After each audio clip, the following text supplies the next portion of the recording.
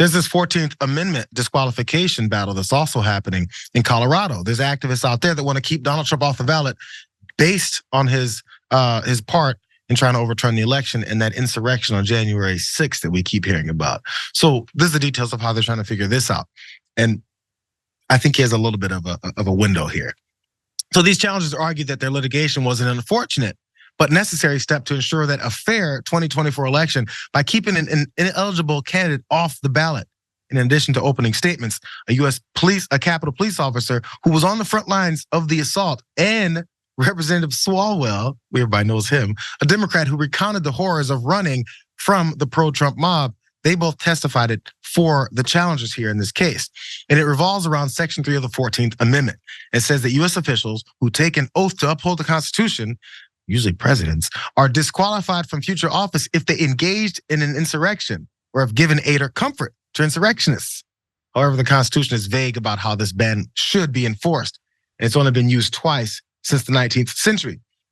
So the fact that he was a part of the speech that led them down there, and then afterwards, every January 6th participant or person who's been convicted on trial for this, I don't know what the aid and comfort is. Maybe that's the vagueness of the Constitution that they're talking about.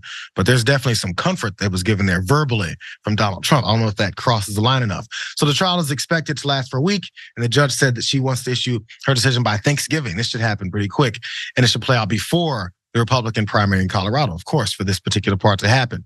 So the lawyer from Trump said this, Scott Gessler. He's a former Colorado Secretary of State, and he blasted the proceedings and said the case was weak, anti-democratic, and relied on fringe theories.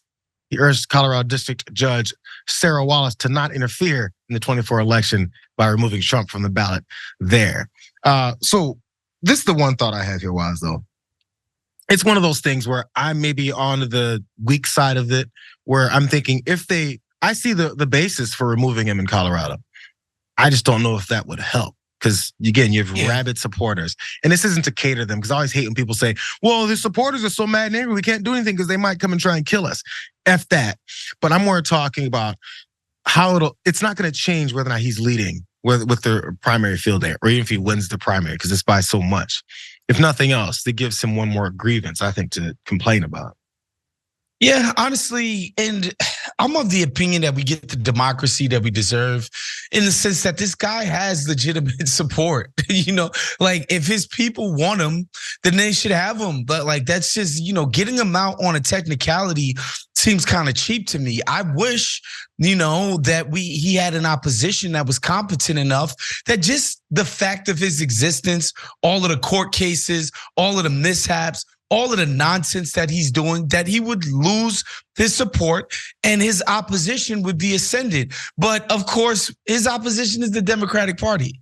And so that's not the case, right? And so that's the way I see it. I'm like, why can't Democrats court more voters than they currently are able to, right? I see that as a problem of the Democrats, and the idea that this guy, and like you're right, it wouldn't be illegitimate to take him off, but it would be a technicality.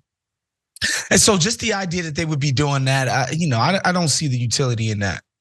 Well, there's timid Democrats, and I wonder to what degree they can do something. Because look, they have, certain sections of power. Look, when Obama came in office and they had controlled the executive of both Congress and the Senate, and then so when that went down and then they didn't do everything they could have, I see sometimes issues if there's, you have a split government and therefore we're worried about alienating a certain number of people.